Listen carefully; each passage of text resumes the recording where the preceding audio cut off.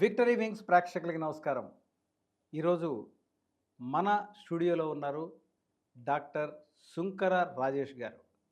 Orthopaedician surgeon and joint replacements కూడా వీరు చేస్తూ ఉంటారు. వీరి స్పెషాలిటీ. వీరు గత 3 సంవత్సరాలుగా ఈ వృత్తిలో ఉన్నారు.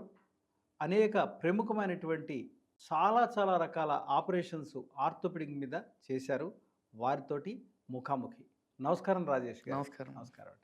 ఆర్థోపెడిక్ అనగానే అందరికీ ఫస్ట్ గుర్తొచ్చేటువంటిది మోకాళ్ళ ఆపరేషన్స్. హ్మ్. నార్మల్‌గా చాలామందికి అవును. మిగిలినవన్నీ అదే యాక్సిడెంట్ వల్లనో, ఏదో వేరే కారణాల వల్లనో రీప్లేస్ జరిగితే, ఈ మోకాళ్ళు అనేటువంటివి సహజంగా చాలామందికి ఒబేసిటీ వల్లనో, లేకపోతే వారి శరీర స్ట్రక్చర్ వల్లనో అరిగిపోయి ఉండడం వల్ల ఎక్కువగా majority of the people are coming to knee replacements. అవును. నార్మల్‌గా ఈ నీ రీప్లేస్మెంట్స్ చేసినప్పుడు ఫస్ట్ ఒక లెగ్ చేయించుకోండి. తర్వాత మళ్ళా ఇంకోటి చేయండి అని అంటూ ఉంటారు. చాలా రేర్ కేసుల్లోనే బైలేటరల్ ఆపరేషన్స్ జరుగుతూ ఉంటాయి. ఇలా ఫస్ట్ ఒకటి చేసుకుని తర్వాత ఇంకోసారి వెళ్ళటం మంచిదా? లేకపోతే 2 ఒకసారి చేసుకోవటం మంచిదా? సీ మో మోకాళ్ళ అరుగుదల అంటే మనం దాన్ని ఆంగ్లంలో ఆస్టియోఆర్థరైటిస్ అంటాం. ఆర్థరైటిస్. ఆస్టియోఆర్థరైటిస్ ఎలా ఉంటుందంటే ఎప్పుడు అయినా గానీ ఎక్కువగా పని చేయడం వల్ల గానీ, లేకుంటే ఏజ్ పెరగడం వల్ల గానీ, ఒబేసిటీ బరువు ఎక్కువ ఉండడం వల్ల గానీ, లేకుంటే ఎక్కువ బరువులు మోసినా గానీ, వీటి వల్ల ఏమవుతుందంటే ఆటోమేటిక్‌గా మన జాయింట్ పైన పడే ప్రెషర్ మన బాడీలో 1 కేజీ మన బరువు పెరిగినా గానీ జాయింట్ మీద 5 కేజీల బరువు పడతదనమాట. అబ్బా! మోకాళ్ళ జాయింట్ మీద. హ్మ్. Because of pressure and area volume తక్కువ ఉండడం వల్ల. సో, ఆటోమేటిక్‌గా జాయింట్లనేవి అరుగుతుంటాయి. సో, ఎక్కువగా ఏది జరుగుతుందంటే, ఏదైతే ఎక్కువగా వాళ్ళు వాడుతూ ఉంటారో కాళ్ళు లెఫ్ట్ సైడ్ గాని, రైట్ సైడ్ గాని అది అరుగుతూ ఉంటది. కొంతమందిలో ఏంటంటే సైమల్టేనియస్‌గా 2 అరుగుతుంటాయన్నమాట. సో, ఇలాంటి కండిషన్‌లో ఏంటంటే నార్మల్‌గా మనం ఏది ఎక్కువ అరుగుతుంటే ముందు దానికి ప్రాధాన్యం ఇస్తూ దాన్ని సర్జరీ చేపించుకోమని చెప్తాం. బట్ కొంతమందిలో ఏంటంటే సమానంగా అరుగుతదనమాట. సో, అలాంటప్పుడు ఏంటంటే వాళ్ళకి ఒకేసారి 2 చేయాలా? లేకుంటే కొంచెం గ్యాప్ ఇచ్చి ఒకటి తర్వాత ఒకటి చేయాలా? అనేది చాలా అనుమానాలుంటాయన్నమాట. సో, దీనికి ఒక స్టాండర్డ్ ప్రోటోకాల్ ఉంది మనకి. సో, మనం పేషెంట్ రకంగా మోకాళ్ళ పరంగా మాత్రమే కాకుండా బాడీ అంతా ఒక యూనిట్ కింద చూడాలి. సో, వాళ్ళ ఏజ్ దీనికి కొన్ని క్రైటీరియా ఉంటదనమాట. యూకే స్టాండర్డ్ ప్రోటోకాల్ ప్రకారం ఏజ్ 65 ఏళ్ల కంటే ఎక్కువ ఉన్నా గానీ, కోమార్బిడిటీస్ బీపీ గానీ, షుగర్ గానీ, హార్ట్‌కి సంబంధించిన ప్రాబ్లమ్స్ కానీ, లేకుంటే ఇంతకుముందు స్ట్రోక్ రావడం గానీ, అలా కాకోకుండా ఏమన్నా లైఫ్ లాంగ్ డిజార్డర్స్ లాంటివేమన్నా ఉన్నా గానీ, ఇవి రిస్క్ ఫ్యాక్టర్స్ కింద కన్సిడర్ చేస్తాం. సో, ఇవేంటంటే బాడీ లోపల ఎప్పుడూ ఉంటాయి. నిరంతర జబ్బులనమాట ఇవి. అవును. సో, దీన్ని మనం ఏం చేయగలుగుతామంటే మోర్ థాన్ 3 రిస్క్ ఫ్యాక్టర్స్ అంటే ఏంటంటే, ఒక పొరపాటున ఒక పేషెంట్‌కి బీపీ ఉంది, షుగర్ ఉంది, తర్వాత ఏజ్ కూడా 65 కంటే ఎక్కువుంది. సో, అతని శరీరం అనేది అంత అనుకువగా లేదు అని అర్థం అనమాట ఆపరేషన్ చేయడానికి. ఒకేసారి 2 కాళ్ళకి. ఎందుకు అంటే ఒకేసారి మనం 2 కాళ్ళు చేస్తున్నప్పుడు నార్మల్‌గా పడే ఒత్తిడి కంటే 3 టైమ్స్, 4 టైమ్స్ ఎక్కువ ఒత్తిడి మన బాడీ మీద పడుతుందనమాట. సో, ఈ ఒత్తిడి ఇంత పడుతున్నప్పుడు ఆటోమేటిక్‌గా పేషెంట్‌కి గుండె లోపల గానీ, లేకుంటే బ్రెయిన్ లోపల గానీ, మళ్ళీ ఈ బ్లడ్ క్లాట్స్ ఎళ్ళే అవకాశం ఉంటుంది. కాళ్ళు 2 మళ్ళీ మూవ్‌మెంట్స్ ఫాస్ట్ రికవరీ అనేది కొంచెం డిలే ఉంటుంది. సో, ఇవన్నీ చూసుకొని మనం పేషెంట్‌కి 2 ఒకేసారి చేయొచ్చా? లేకుంటే ఒకదాని తర్వాత ఒకటి చేయొచ్చా అనేది డిసైడ్ చేసుకుంటాం. కానీ అసల ఒకటి ఎక్కువ అరిగి, ఒకటి తక్కువ అరిగేటువంటివి ఎటువంటి కేసుల్లో ఉంటాయి? నడిస్తే 2 కాళ్ళ మీద ఒకసారి ఈక్వల్‌గా పడాలి కదా! ఎక్కువగా ఒకేసారే పడతది. కాకపోతే ఏందంటే బికాస్ ఆఫ్ ఎక్కువ ఇప్పుడు కొంతమంది బైక్ ఎక్కువ తోలుతుండే వాళ్ళు ఎక్కువ రైట్ లెగ్‌తో కిక్ చేస్తూ ఉంటారు. సో, ఓహ్! అలాంటి వాళ్ళకి కుడి కాలు ఎక్కువ అరగడం జరుగుతూ ఉంటది. కొంతమంది ఓహ్! కూర్చునేటప్పుడు ఒక కాలు మీద కూర్చోవడం, ఇంకో కాలు మీద ఇట్లా మనం పొజిషన్ ఉంటది గదా! ఆ పొజిషన్ అవును. ఎక్కువ కుడి కాలు మీద బరువు పడేది ఉంటుంది. సో, దాన్ని బట్టి కూడా చేంజ్ అవుతది. రేర్ కేసెస్‌లో అలా ఒకటే ఎక్కువ అరగడం అనేది జరుగుతుంది. మీరు అబ్జర్వ్ చేస్తే చాలా మంది నిల్చొనున్నప్పుడు ఎక్కువ కొంతమంది ఒక కాలు మీద బరువేస్తారు. ఇట్లా సైడ్ వంగి నిల్చోవడం గాని, ఆ! లేకుంటే ఈ సైడ్ వంగి నిల్చోవడం. అది వాళ్ళకి తెలియకుండానే సబ్‌కాన్షియస్‌గా వాళ్ళ మైండ్ అలా ఉండిపోద్దనమాట. సో, అది ఒక 10 ఏళ్ల నుంచి, 15 ఏళ్ల నుంచి అలా జరుగుతూ వాళ్ళ ఆ ఒక్క కాలు మీద ప్రెషర్ పడతది. ఒకసారి చేసిన తర్వాత ఎంతకాలం వస్తుందండి? ఆ లైఫ్ దాని యొక్క స్పాన్ ఎంతుంటుంది?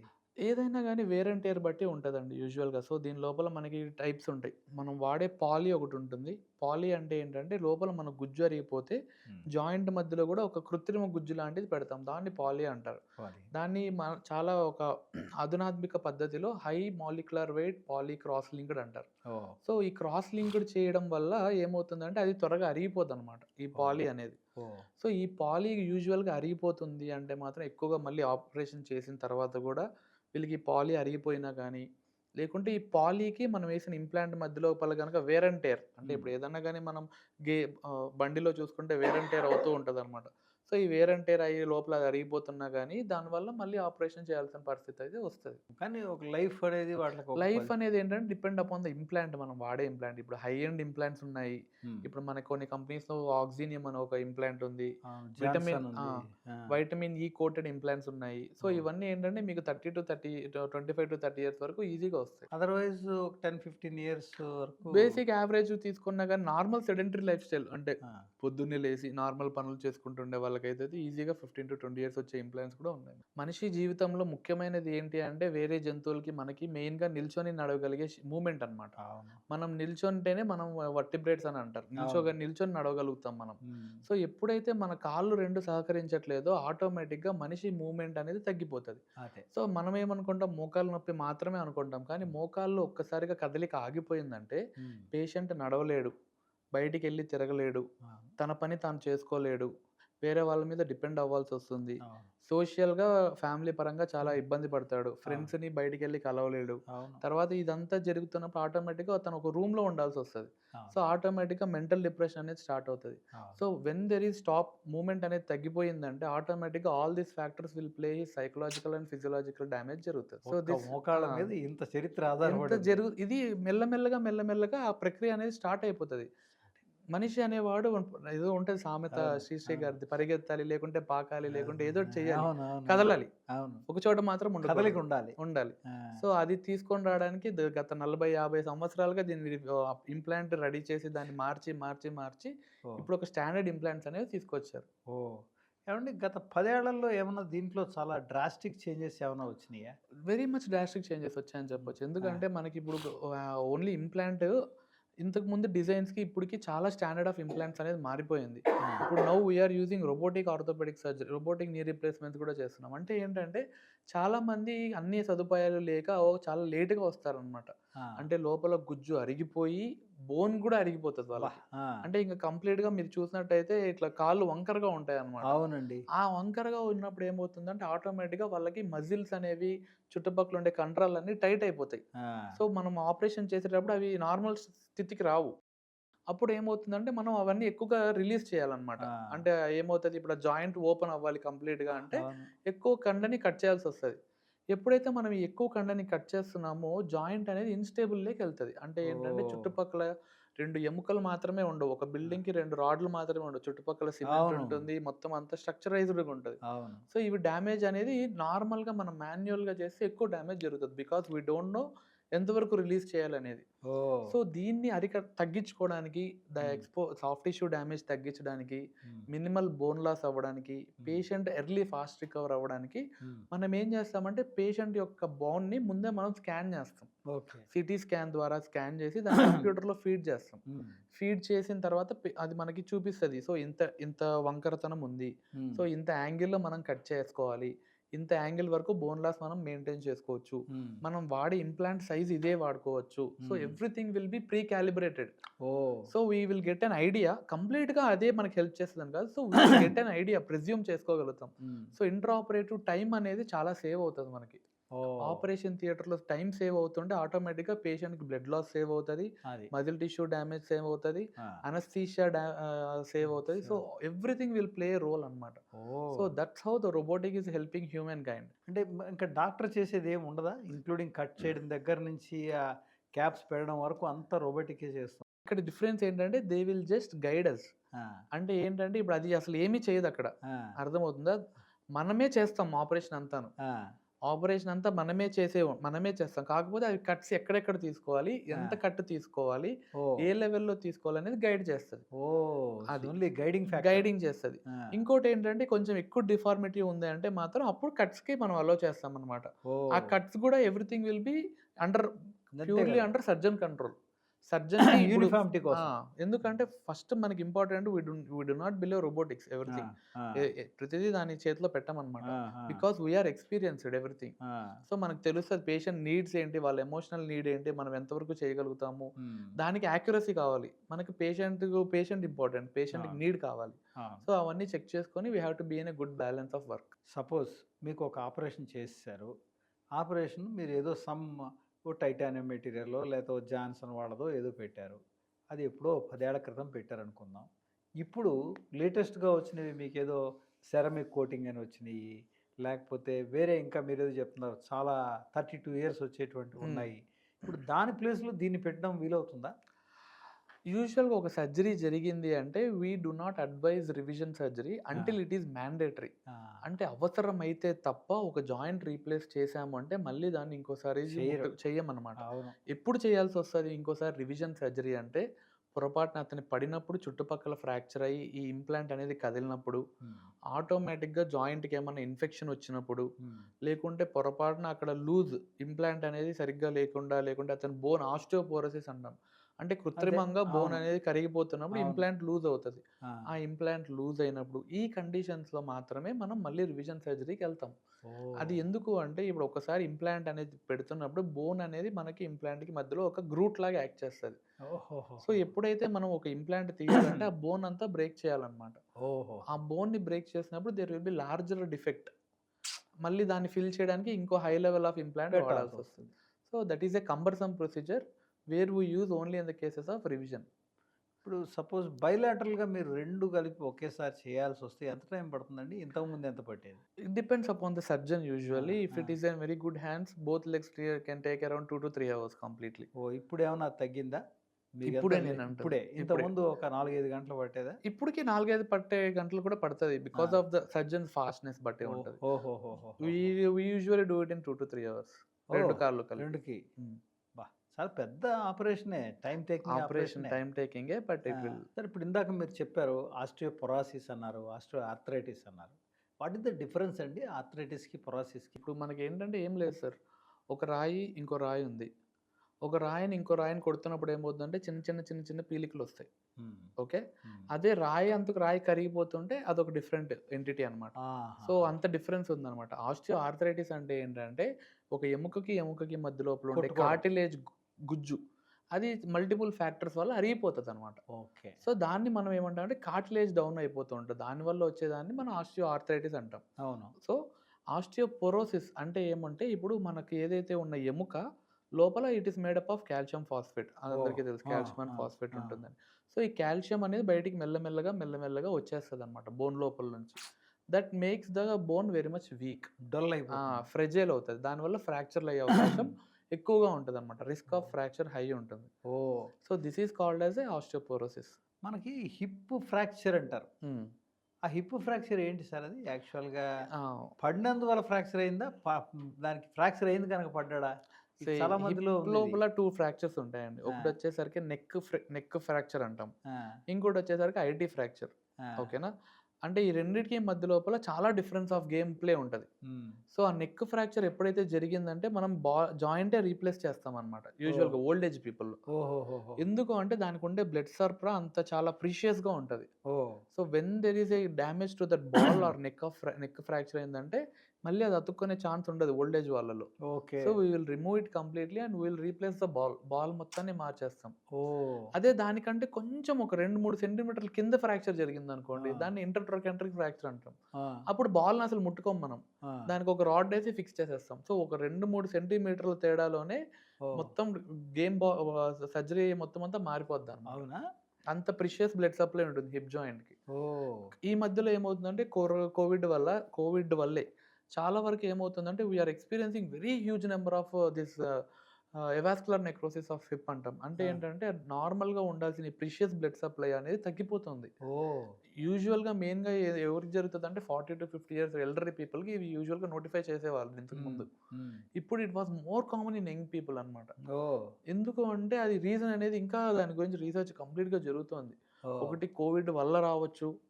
లేకుంటే కోవిడ్‌లో అప్పుడు స్టెరాయిడ్స్ తీసుకోవడం వల్ల జరిగిండొచ్చు. ఉండొచ్చు. హ్మ్. కోవిడ్‌తో పాటు తర్వాత పేషెంట్ అనేవాడు ఆల్కహాల్ తీసుకుంటుండడం వల్ల రావచ్చు. ఓకే. సో, ఆఫ్టర్ కోవిడ్ అనేది hip joint is a very much different అనిపిస్తుంది మాకైతే. హ్మ్. కానీ చాలా హిప్ జాయింట్ ఫ్రాక్చర్స్ అన్నీ కూడా బాత్రూముల్లో పడ్డారు. అప్పుడే అయింది అంటూ ఉంటారు. ఇందాక మీకు చెప్పాను కదా! ఆ! ఆస్టియోపోరోసిస్ ఆ! అని. ఆస్టియోపోరోసిస్‌లో ముఖ్యంగా ఎక్కువగా ఇన్వాల్వ్ అయ్యే ఒకటొచ్చేసరికి స్పైన్. ఆ! స్పైన్ అండ్ హిప్ అన్నమాట. ఆ! ఇంకోటొచ్చేసరికి వ్రిస్ట్. ఓకే. మోస్ట్ కామన్‌గా చూస్తుంటే మనకి పెద్దవాళ్ళు ఆ! అబోవ్ 60 ఇయర్స్, ఆ! 70 ఇయర్స్ వాళ్ళు ఆ! ఏంటంటే వాళ్ళు చేసేది ఏం చేస్తుంటారు? ఆ!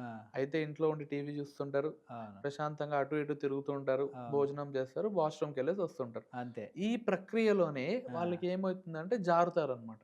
జారి స్కిప్ పడినప్పుడు అయిపోతారు. జారి పడినప్పుడు ఫస్ట్ అతను చేసే పనేంటంటే చెయ్యి పెడతారు. ఓహ్! చెయ్యి పెట్టినప్పుడు బరువంతా దాని ఏమవుతుందంటే మీద పడుతుంది. బరువంతా దీని మీద పడతది. సో, ఇక్కడ చెయ్యి ఫ్రాక్చర్ అవుతది. ఆ! కొంతమంది ఏమవుతారు ఆటోమేటిక్‌గా బాత్రూమ్‌లో జారి పడుతున్నప్పుడు 2 చేతులు పైన పట్టుకుంటారు. కింద సపోర్ట్ ఉండదు. అవును. సో, కిందకి జారి పడతారు. అవును. అప్పుడు హిప్ ఫ్రాక్చర్ అవుతది. ఓహ్! అర్థమవుతుందా? దీని మీద బరువు అవునవును. పడతది. అవును. కొంతమందేంటంటే దబాలని ఇట్లా జారి ఎనిక్కి పడతారు. అబ్బా! అప్పుడు తలకి అప్పుడు ఎనకాల తలకి గాని, లేకుంటే స్పైన్‌కి గాని మేజర్‌గా ఫ్రాక్చర్స్ అవుతాయి. అయిపోతుంది. సో, ఈ 3 ఎక్కువగా ఫ్రాక్చర్‌లు అవుతాయన్నమాట. ఎందుకంటే ఈ ఏరియాలో ఓహ్! ఎక్కువగా కాల్షియం అనేది బయటికెళ్ళిపోతూ ఉంటది. ఓహ్!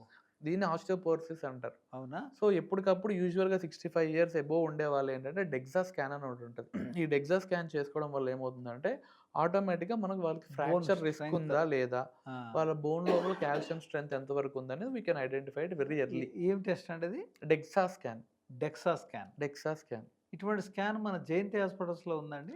ఈ స్కాన్ ప్రతి హాస్పిటల్‌లోనూ ఉంటది. మీకు చాలా ఓహ్! వరకు అవైలబిలిటీ. మా హాస్పిటల్‌లో గూడా we will do it very కామన్‌గా చేస్తుంటామనమాట. యూజువల్‌గా దీని స్టాండర్డ్ ప్రోటోకాల్ ఉంటది మనకి. ఓహ్! చాలా మంది చూస్తే మీరు అరౌండ్ 65 ఇయర్స్ ఎబోవ్ వాళ్ళకి అన్ని జాయింట్ పెయిన్స్ ఎక్కువగా ఉంటాయి. అవును. ఎందుకు జాయింట్ పెయిన్స్ ఉంటాయంటే ఆటోమేటిక్‌గా బోన్ లోపల ఉండే కాల్షియం డౌన్ అయిపోవడం వల్ల హ్మ్. హ్మ్. జాయింట్ అనేది వీక్ అవుతది. అవునా? సో, ఒక్కసారి జాయింట్ వీక్ అయితే దాని పక్కన ఉండే కండల మీద ఎఫెక్ట్ పడతదనమాట. ఓహ్! అప్పుడు కండల నొప్పులు అన్నీ డెవలప్ అవుతూ ఉంటాయి చిన్న అవునా? చిన్నగా. మరి ఇప్పుడు దీనికేమైనా చాలా కాస్ట్ అది బాగా ఎక్కువవుతుందండి? మామూలుగా ఏం లేదు సార్. జనరల్‌గా ఉంటుందా? యూజువల్‌గా బోన్ లోపల నుంచి కాల్షియం బయటికెళ్ళకూడదు అంటే దానికేంటంటే ఎలక్ట్రికల్ స్టిమ్యులై జరగాలి. ఓకే. అంటే ఎప్పుడంటే ఇప్పుడు ఒక ప్రెషర్ పడిందంటే ఆటోమేటిక్‌గా ఒక పాజిటివ్ ఫోర్స్, నెగెటివ్ ఫోర్స్ అనేది బోన్ లోపల డెవలప్ అవుతది. హ్మ్. ఇది డెవలప్ అయినప్పుడు ఆటోమేటిక్‌గా బోన్ స్టిమ్యులేట్ అయ్యి ఇది ఏదో నాకు సరిపోవట్లేదు, ఎనర్జీ సరిపోవట్లేదు అని చెప్పి అదంతకదే బోన్‌ని లోపలకి మనకు కావాల్సిన హార్మోన్ స్టిమ్యులేషన్ సిగ్నల్స్ అన్నీ పంపిస్తదనమాట బ్రెయిన్‌కి. ఓహ్! సో, యూజువల్‌గా మేము చెప్పేదేంటంటే ఎక్కువగా యంగ్ ఏజ్ నుంచే ఎక్కువ ఎక్సర్‌సైజెస్ చేయడం గానీ, జిమ్ చేయడం గానీ చేస్తూ ఉంటే బోన్ స్ట్రెంత్ అనేది చాలా డిఫరెంట్ ఉంటది మీకు. ఓహో! మజిల్ అనేది చానా ఇంపార్టెంట్ బాడీలో. ఓకే. మనకిప్పుడుండే వాళ్ళకి చూస్తే మజిల్ కంటే ఫ్యాట్ ఎక్కువుంటుందనమాట. మా మీరు చూసినట్లయితే ఒక అథ్లెట్‌కి, ఒక నార్మల్ పర్సన్‌కి మజిల్ అనేది అసలు చాలా డిఫరెన్స్ ఉంటుందనమాట. అబ్బో! హ్మ్. సో, మజిల్ అనేది ఎక్కువుంటే మీకు ఆటోమేటిక్‌గా షుగర్ రాదు. హ్మ్. బోన్ అనేది వీక్ అనేది అసలు అవ్వదనమాట. సో, ఇవి చాలా స్కెలిటో మస్కులర్ బ్యాలెన్స్ అనేది చాలా ఇంపార్టెంట్. సో, ఇటువంటి టెస్ట్‌లు మన జయంతి హాస్పిటల్స్‌లో ఉంది. జరుగుతాయి. అండ్ ఎంతసేపు పడుతుందండి ఆ టెస్ట్ ఇట్ చేయటానికి? టేక్స్ అరౌండ్ 1 అవర్ అంతే. 1 అవర్. 1 అవర్‌లో అండ్ మొత్తం స్కాన్ నార్మల్లీ చేసేస్తాం. అందరికి రీచబుల్‌గానే ఉంటుందా? దాని చాలా యొక్క రీచబుల్ ఇది. దీంట్లో అంత పెద్ద ప్రాబ్లమ్ ఏమి ఉండదు. కాస్ట్‌లీ గూడా ఏమి కాస్ట్ కూడా ఉండదు. ఏమి ఎక్కువ ఉండదు మీకు. ఓహోహోహోహో! ఇవి ఈ యూజువల్‌గా మీకు అరౌండ్ 1500, 2000 లోపల అయిపోతది. అయిపోతుంది. యూజువల్‌గా మేము ఏంటంటే మెగా క్యాంప్స్ కండక్ట్ చేస్తుంటాం. అవును. కండక్షన్‌లో అసలు డెక్సా స్కాన్ ఫ్రీగా పెడతాం మేము. ఓహ్! Because okay. ఎక్కువ హై రిస్క్ ఆఫ్ ఫ్రాక్చర్స్ ఉండి వాళ్ళకి అవేర్‌నెస్ తీసుకొని రావడం కోసం అవును. ఫ్రాక్చర్ అయ్యి మా దగ్గరికొచ్చే బదులు రాకుండా ఉండడం ముందే అదే అడ్వైస్ నీ ఎముక చేస్తుంటే యొక్క బెటర్ గదా! స్ట్రెంగ్త్ ఎట్లా ఉంది అని చెప్పడానికి చాలా బాగా హ్మ్. పనిచేస్తుంది. సో, చాలా బావుందండి. హిప్ గురించి చెప్పారు. దీని గురించి చెప్పారు బానే ఉంది.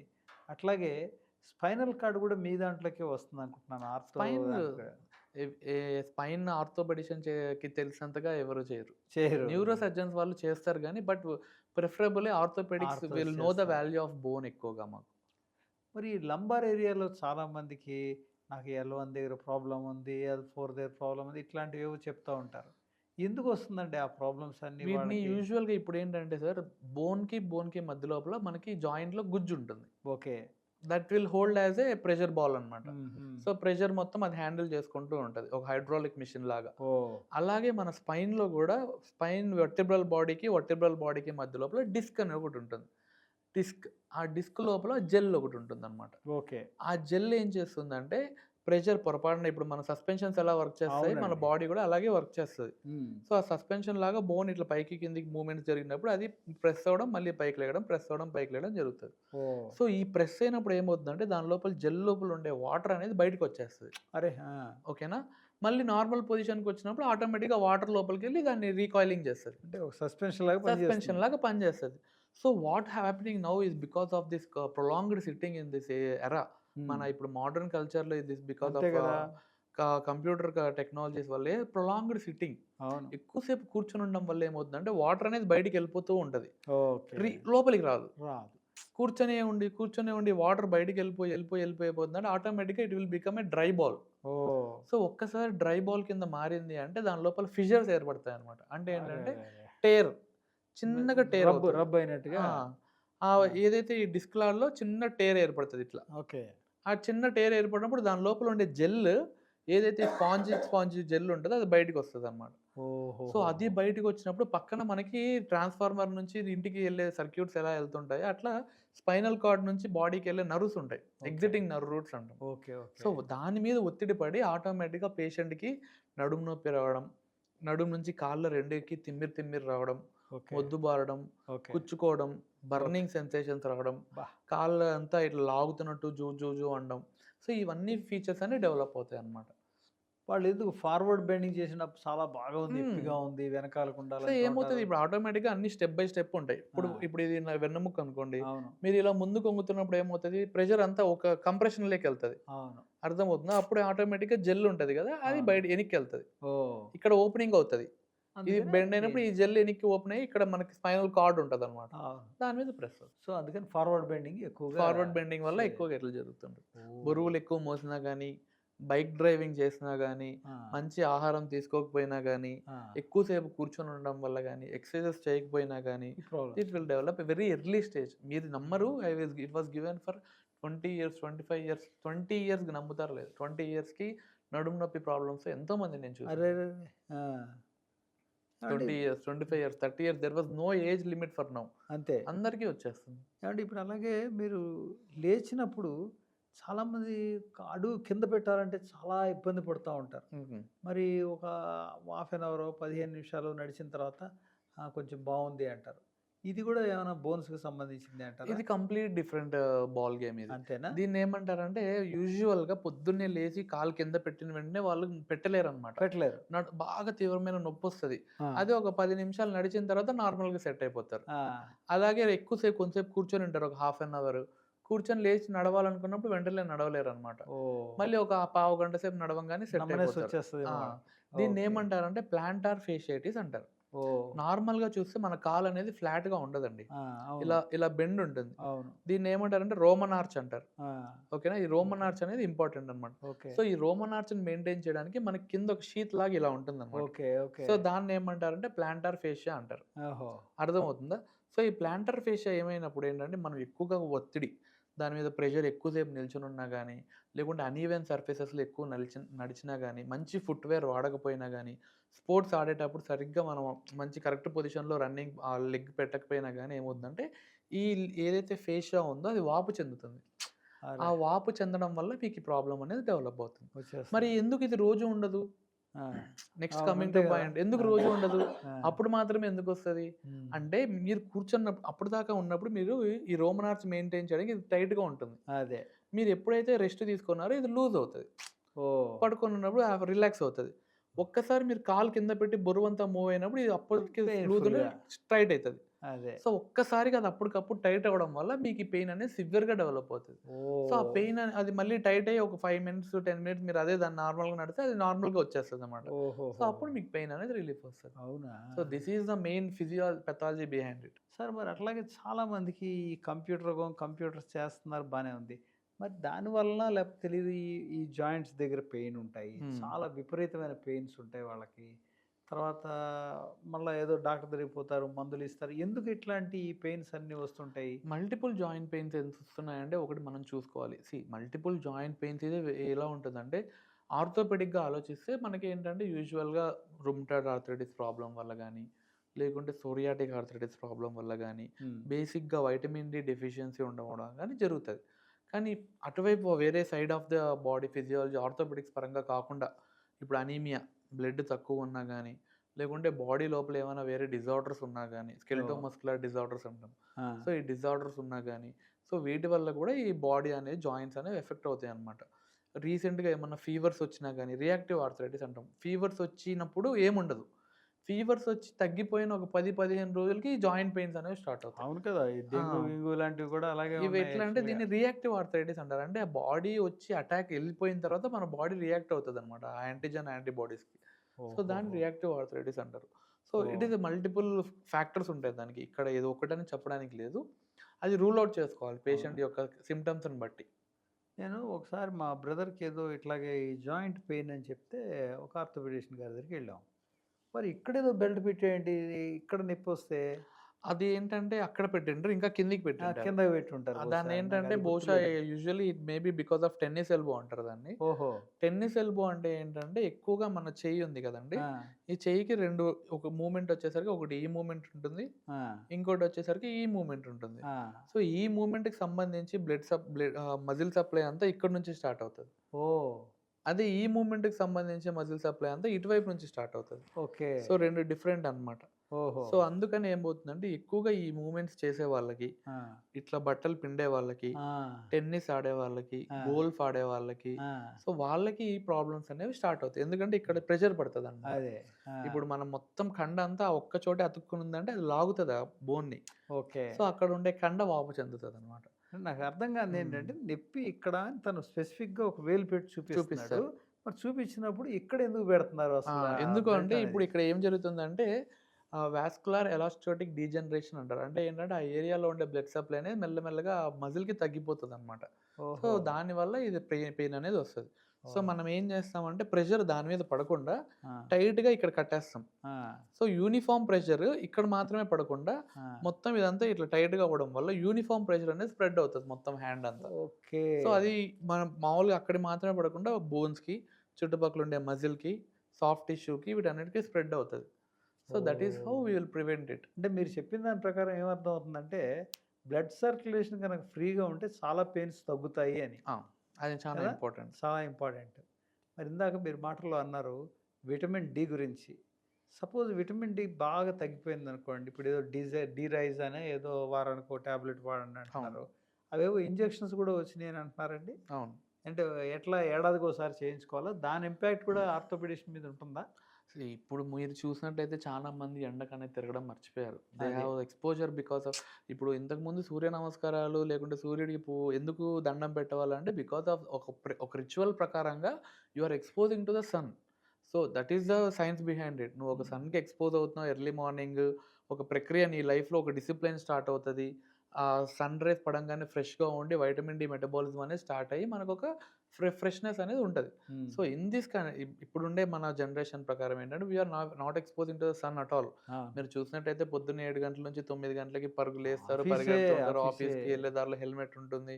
So, everything we are not exposing to the sun. మళ్ళీ హ్మ్. ఏసీలో ఉంటారు. సాయంత్రం రాంగానే మళ్ళీ ఇంటికెళ్ళిపోతారు. అవును. సో, ఈ ప్రక్రియలో we're completely subconsciously we're getting diverted. అంటే అంతే కదా! సన్‌కి మనకి డైవర్ట్ ఉండే అయిపోతున్నారు. కనెక్షన్ అనేది కట్ పోతోంది. అయిపోతూ ఉంటది. జనరేషన్స్ పెరిగే కొద్దీ గూడా. అవును. సో, ఆటోమేటిక్‌గా మనంతకు మనం మన బాడీ అంతకు బాడీ ఈ విటమిన్ డీని ఏదైతే సింథసైజ్ చేసుకునే ప్రక్రియ అనేది డౌన్ అయిపోతదనమాట. ఓకే. సో, దాన్ని మనము నార్మలైజ్ చేయడం కోసం వైటమిన్ డి డెఫిషియన్సీ టాబ్లెట్స్ పెడతాం. హ్మ్. అది మరీ పూర్‌గా ఉంది, బాగా డౌన్‌గా ఉంది అంటే వాళ్ళకొక సింగిల్ షాట్ ఇస్తాం. ఓకే. 1 ఇయర్ వరకు ఆ సింగిల్ ఇంజెక్షన్ షాట్ సరిపోతది. ఓహ్! అంత సివియర్‌గా లేదు, మోడరేట్‌గా ఉంది, అంత భయంకరంగా ఏం లేదు, పేషెంట్ లెవెల్స్ బానే ఉన్నాయి. ఓకే. జస్ట్ అతను సపోర్టివ్ ఇవ్వాలంటే ఇప్పుడేంటంటే చిన్న సిరప్ షాట్స్ ఒస్తాయి. ఓకే. వీక్లీ వన్స్ ఒకటేసుకుంటే సరిపోతుంది. చాలా విషయాలు చెప్పారు. ఈ ఆర్థోపెడిషన్ మీద. వాళ్ళకసల మీ దగ్గరికి రాకుండా డాక్టర్ దగ్గరికి, వాళ్ళంతట వాళ్ళు ఆరోగ్యంగా ఉండాలంటే మీరిచ్చే సలహా ఏంటి? ఏ డాక్టర్ అయినా చెప్పేదొకటే. మా దగ్గర రాకూడదు అంటే ముఖ్యంగా 5. ఇది చెప్పండి. ఈ 5 ఫ్రెండ్స్ ఉండాలి. ఆ! కరెక్ట్ టైంకి తినాలి. ఆ! మంచి నిద్రపోవాలి. ఆ! కరెక్ట్ ఎక్సర్‌సైజెస్ చేయాలి. ఆ! ఫ్రెండ్స్ అండ్ ఫ్యామిలీతో ఉండాలి. ఆ! నవ్వుతూ ఉండాలి. ఈ సూపర్. సూత్రాలు ఆ! బేసిక్స్ ఏదైనా గాని ఇవి అందరికి తెలిసిందే అనుకుంటారు గానీ, ఈ 5 ఎంతమంది పాటిస్తున్నారు? నవ్వి ఎంత ఎంతకాలం అయిపోయింది. ఎంతమంది పాటిస్తున్నారు? ఆ! పాటిచ్చరు. ఆ! ఈ ఉండే సర్కిల్ ఆఫ్ మనీలో లేకుంటే family materialistic responsibilities, world. Materialistic వరల్డ్‌లో ఆ! ఇది పాటించే వాళ్ళు చాలా తక్కువ మంది. ఆ! పాటించాలంటే అసల ఈ మెట్రో సిటీస్‌లో గాని ఇక్కడ ఉండడం చాలా కష్టం. ఆ! ఉండలేరు. ఆ! ఆ! సో, అసలయన్నీ పాటిస్తే ఆళ్ళు డాక్టర్లు, హాస్పిటల్ అక్కర్లేదేమో అక్కరే చాలా లేదు. లేదు సార్ నిజమే. ఎందుకంటే ఆ! చూడండి, ఆ! ఒక మనిషి తింటున్నాడు, హ్యాపీగా తింటున్నాడు. ఆ! ఫ్యామిలీతో టైం గడుపుతున్నాడు. ఆ! తనకు నచ్చిన పని చేసుకుంటున్నాడు. మంచి యాహ్! ఎక్సర్‌సైజెస్ చేస్తున్నాడు. ఆ! నిద్రపోతున్నాడు. ఇంకేం గావాలి? ఇంకేం కావాలి?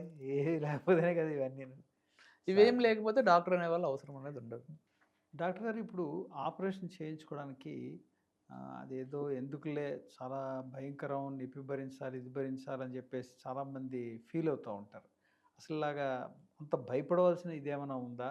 మామూలుగా వాడు ఆపరేషన్ చేయించుకున్న తర్వాత ఎన్నాళ్ళలో మళ్ళా మామూలుగా నడవగలుగుతాడు ఒక నీ రీప్లేస్మెంట్ చేయించుకున్న వాళ్ళు?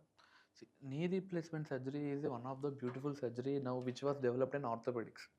అంటే ఒక మనిషి ఒక 20 మోకాల అరుగుదల వచ్చింది అంటే పొరపాటున ఇప్పుడు 50 ఏళ్ళకి వచ్చింది అనుకోండి ఒక మనిషికి, మిగిలిన తన 40 సంవత్సరాలు తను నడవలేడు. First point. అంటే ఒక అడుగేసి అడుగేయాలన్నా కానీ ఒక సపోర్ట్ కావాలి, లేకుంటే ఒక కర్ర కావాలి, ఒక స్టిక్ కావాలి, ఒక బ్రేస్ కావాలి.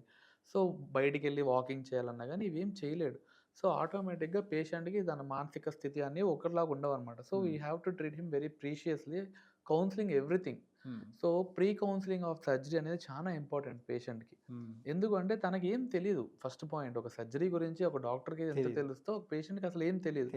సో పేషెంట్కి మనం పరచాలన్నమాట అతనికి ఏంటి ప్రాబ్లం. ఇప్పుడు మోకాలు గుజ్జు అరిగిపోయింది, ఈ అరిగిపోయిన ప్రాబ్లము తను అలాగే ఉంటే తన లైఫ్ స్పాన్ ఇంకా తన లైఫ్ స్పాన్ అనేది తగ్గిపోతుంది. ఎందుకు తగ్గిపోతుంది? తను పని చేయకపోవడం వల్ల, కండరాలు వీక్ అయిపోవడం వల్ల, దానికి బ్లడ్ సరఫరా తగ్గిపోవడం వల్ల, సో మూమెంట్ అనేది లేకపోవడం వల్ల ఆటోమేటిక్గా life span of healthy life span అనమాట. సో డైలీ యాక్టివిటీ డూయింగ్, తన పని తను చేసుకోగలుగుతున్నాడా, ఎంత దూరం నడవగలుగుతున్నాడు, కింద కూర్చోగలుగుతున్నాడా, ప్రశాంతంగా నిద్రపోగలుగుతున్నాడా, all these factors will come in to play naturally. So ఇవన్నీ మనం అడుగుతాం అనమాట పేషెంట్ని. So he himself realises that what he was losing all these days. So ఇప్పుడు ఇవన్నీ నేను కోల్పోతున్నాను అని అర్థమవుతుంది తనకి. దీనికన్నా ఇది బెటర్, ఈ నొప్పి కన్నా ఆ నొప్పి బెటర్. ఇదంతా మనకి అర్థమవుతున్నప్పుడు ఇంకోటి కూడా తెలుస్తుంది, ఇది ఇప్పటికే ఇలా ఉందంటే ఇంకా రాబోయే 10 ఏళ్లలో ఎంత తీవ్రతకు వెళ్తుంది ఫోర్కాస్ట్ చేయగలుగుతా. సో తను అర్థమవుతుంది, okay so this will get worse, నా నా నా ఆరోగ్యం అనేది క్షీణిస్తుంది, నేను ఇప్పుడే స్టెప్ తీసుకోకపోతే అనేది he will come to know it. So అప్పుడు ఏంటంటే మనం చెప్తాం వాళ్ళకి, చూడండి ఇది ఇప్పుడు చాలా ఎక్కువగా జరుగుతున్న సర్జరీలు, దీంట్లో ఏ సర్జరీ అయినా కానీ కాంప్లికేషన్స్ ఉంటాయి. ఎందుకంటే we are not gods, remaking a joint అనమాట. అంటే ఆల్రెడీ ఒక డ్యామేజ్ అయిన జాయింట్ని దాని నార్మల్ జాయింట్ కింద దాని అంటామికల్ స్ట్రక్చర్ తీసుకోవడానికి ట్రై చేస్తాం. Okay. Because of the previous surgeries కానీ మనకుండే ఎక్స్పీరియన్స్ ప్రకారంగా కానీ. ఓకే. సో పేషెంట్కి కౌన్సిల్ చేస్తాం అనమాట, చూడండి ఆపరేషన్ మేము చేస్తాం, దానికి ఇంత టైం పడుతుంది, ఇంత బోన్ లాస్ అనేది జరుగుతుంది, కానీ ఆపరేషన్ జరిగిన నెక్స్ట్ డే నుంచే మిమ్మల్ని నడిపిస్తాం. సో ఆపరేషన్ అయిన నెక్స్ట్ డే నుంచి పేషెంట్ విల్ వాక్ కంప్లీట్లీ, బరువు వేసి నడుస్తాడు అనమాట. So it will take time to completely heal. అది సో ఆపరేషన్ చేసిన తర్వాత ఏ దానికైనా కానీ ఒక వారం నుంచి 15 రోజులు టైం పడుతుంది, depends on his body condition బట్టి. సో నెక్స్ట్ డే నుంచి నడిపించినప్పుడు పేషెంట్కి ఏమనిపిస్తుంది అంటే, ఓకే నేను నడుస్తున్నాను. నెక్స్ట్ డే నుంచే సర్జరీ అయిన నెక్స్ట్ డే నుంచే he is walking, he is standing on his feet, he will feel that okay I'm good. Next ఆ తర్వాత రోజు మనము మెట్లు ఎక్కడం, దిగడం, వాష్రూమ్కి వెళ్ళడం, రావడం, ఫిజియోథెరపీ ట్రైనింగ్స్ అన్ని ఇస్తామన్నమాట. సో ఆటోమేటిక్గా పేషెంట్కి 10 to 15 డేస్లో he will walk without any support. 10-15 రోజుల్లోనే ఎటువంటి సపోర్ట్ లేకుండా అతను నడవడం అనేది స్టార్ట్ చేస్తాడు. I have seen patients after surgery 1 week 1 monthకి మనం రివ్యూ పెడతాం అనమాట, who have drove car by themselves and came to my clinic. Wow. Surgery అయిపోయిన తర్వాత వాళ్ళంతకు వాళ్ళే కార్ డ్రైవ్ చేసుకుని వచ్చిన వాళ్ళు నేను చూసాను, ఎంతోమంది ఉన్నారు. అండ్ మళ్ళీ మీరు చెప్పారు ఇప్పుడు కార్ డ్రైవింగ్ అని, ఈ సర్జరీ అయిపోయిన తర్వాత మరి కార్ డ్రైవింగ్ చేయటం వల్ల కూడా కొంచెం నొప్పులు అవి వస్తాయి, మినిమల్ పెయిన్ ఉంటుంది. ఒకటి మీరు ఆలోచించాల్సింది ఏంటంటే, అసలు కారే తోలలేని వాడు, ఇంటి నుంచి బయటికి వెళ్ళలేని వాడు, మోకాళ్ళకే పరిమితం, కుర్చీకే పరిమితమైన వాడు ఇప్పుడు లేచి నడవగలుగుతున్నాడు, 10 మందిని కలవగలుగుతున్నాడు, కార్ వేసుకొని తిరగగలుగుతున్నాడు. అలాంటి so the probability of damage, అతని లైఫ్ స్టైల్ ఎంత మనం రికవర్ చేయగలిగామంటే అంత 0 దగ్గర నుంచి ఈ వాజ్ 95% తీసుకొని 100% అలా ఉండాలంటే ఎక్కడ అవుతుంది? 100% రీచ్ అవ్వలేని వాళ్ళు చాలా తక్కువ మంది ఉంటారు. బట్ ఫిజియోథెరపీ ఆపరేషన్ అయిన తర్వాత ఎఫెక్టివ్ ఫిజియోథెరపీ చేయగలిగితే patient will recover 100%. So operation మేము ఎంత మంచిగా చేసినా కానీ ఆపరేషన్ తర్వాత పేషెంట్ నుంచి సైకలాజికల్గా కూడా పేషెంట్ నుంచి సపోర్ట్ కావాలి మనకి, తను ఫిజియోథెరపీ చేయాలి, ఎక్సర్సైజులు చేయాలి, లేకపోతే ఏమవుతుందంటే జాయింట్ అనేది టైట్ అయిపోతుంది. ఏదైనా కానీ మనం వాడకపోతే అది అక్కడితో ఆగిపోతుంది, అది ఖచ్చితంగా వాడాల్సిందే, జీవన చక్రం తిరగాల్సిందే. అయితే కొంతమంది పెద్దవాళ్ళు ఏమనుకుంటారంటే, నా వయసులో ఎందుకురా నాకు ఆపరేషను అంటూ ఉంటారు. అవును, ఈ హిప్ రీప్లేస్ చేసుకున్నా 80 వచ్చినాయి, నేను ఇప్పుడు ఏం చేసుకుంటా, ఇంకెంతకాలం ఉంటా, ఇలా చెప్తూ ఉంటారు కదా. దీనికి ఏమైనా ఒక వయసు లిమిట్ అనేది ఏమైనా ఉందా? 85 years వాళ్ళకి కూడా ఆపరేషన్ చేసిన దాఖలాలు ఏమైనా ఉన్నాయా? 85 years 90 years వాళ్ళకి కూడా చేసిన ఆ దాఖలాలు ఉన్నాయి. ఒకటి sir, age is just a number, అంతే కదా. సో నీకు ఏదైనా ప్రాబ్లం వచ్చింది, 10 ఏళ్ళప్పుడే ప్రాబ్లం వచ్చింది. ఆ! ఆ 10 ఏళ్ళప్పుడు ప్రాబ్లం వచ్చింది, దాన్ని అక్కడ సాల్వ్ చేసుకొని వెళ్ళిపోవాలి. లేకపోతే అది 20 ఏళ్ళైనా మన వెంట పడుతూనే ఉంటది. అంతే. సో, ఇప్పుడు మనకి 80 ఇయర్స్‌లో ప్రాబ్లమ్ వచ్చింది. Patient he is very much enthusiastic. నాకు ఇంకా తిరగాలని ఉంది. కాలిబర్ ఉంది నాకు. నాకిది ప్రాబ్లమ్ క్రియేట్ అవుతుంది. దీనివల్ల నేను చేయాలనుకున్నా చేయలేకపోతున్నానని చాలామంది ఉంటారు. అవును. So, at that time they will come to us. Sir ఇది నాకు ప్రాబ్లమాటిక్‌గా ఉంది. వాట్ ఈస్ ద సొల్యూషన్ అని చాలామంది వస్తారు. హ్మ్. So, we'll advise them and we have done. There were successful cases also. సక్సెస్‌ఫుల్‌గా Sure. చాలామంది ఉన్నారు. మాక్సిమం 90 ఇయర్స్ వాళ్ళకి కూడా ఆపరేషన్ చేసినవి చేస్తాం. ఉన్నాయండి? చేస్తాం. వావ్! అంటే పేషెంట్ రెడీ అవుతే మేము రెడీ పేషెంట్ అంతే. ఏదైనా గాని sir ultimately what comes to game అనేది వచ్చేసరికి పేషెంట్ నీడ్. అది. పేషెంట్‌కి ఏం కావాలి? అది. పేషెంట్ నేనింకా శక్తిగా ఉన్నాను. అది. నాకు నేను తిరగగలుగుతున్నాను. అది. నేను ఇందాక చెప్పాను గదా! ఆ! తన పని తాను చేసుకోగలుగుతున్నాడు. అవును. బయటికి వెళ్ళగలుగుతున్నాడు. ప్రశాంతంగా నిద్రపోగలుగుతున్నాడు. కింద కూర్చోగలుగుతున్నాడు. ఇండియన్ టాయిలెట్స్‌లో కూర్చోగలుగుతున్నాడు. ఇవన్నీ ఇంకెంతకన్నా జరుగుతున్నప్పుడు ఏం సడెన్‌గా కావాలి? ఇవన్నీ తగ్గిపోతున్నాయంటే హౌ హి ఫీల్స్? అవును. అంతే హౌ కదా! His my psychological feeling? How his mental feeling? And family మొత్తం అంతా అతన్ని ఇప్పుడు ఒక పర్సన్ ఆగిపోయాడంటే it depends upon the economical factors of the family.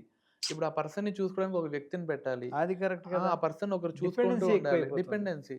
So, this will become a financial burden to the family also. ఇప్పుడు మీ జయంతి హాస్పిటల్స్‌లో మీరు చెప్పిన వాటిలో ఏమేం ఫెసిలిటీస్ ఉన్నాయి? We are very much equipped for everything. 100% ఉన్నాయండి? 100% అన్నీ ఉన్నాయి మా ఆర్థో దగ్గర. గురించి దేని గురించి వచ్చినా ఆర్థో గురించి మీరు ఆర్థో అండ్ స్పైన్ గూడా ఆ! ఏదొచ్చినా గాని కంప్లీట్ రెస్పాన్సిబిలిటీస్ ఉన్నాయి. ఫుల్ ఇంక మీరు ఫుల్ మళ్ళా ఫ్లెడ్జెడ్. ఇంకో చోటకెళ్ళి ఈ టెస్ట్ చేసుకో, ఆ టెస్ట్ చేసుకో అనేది అవసరం లేదు. ఏం లేదు. మన జయంతి హాస్పిటల్స్ దగ్గరలో సంజయ్ రెడ్డి నగర్‌లో ఉంది. వారున్నారు ఇక్కడ డాక్టర్ గారు, రాకేష్ గారు, రాజేష్ గారు. సో, అన్ని ఫెసిలిటీస్ గూడా ఇక్కడ చాలా అందుబాటుగా సామాన్య ప్రజలకు అందుబాటుగా ఉండే విధంగా గూడా ఇక్కడ ఉన్నాయి. మన చుట్టుపక్కల ఉన్న ఏరియాస్ వాళ్ళందరికీ గూడా చాలా చక్కగా పనిచేసేటువంటి హాస్పిటలు. డాక్టర్ గారితోటి మరిన్ని విషయాలు మరొక వీడియోలో కలుద్దాం. అంతవరకు సెలవు. నమస్కారం అండి డాక్టర్ గారు. నమస్కారం. హ్మ్.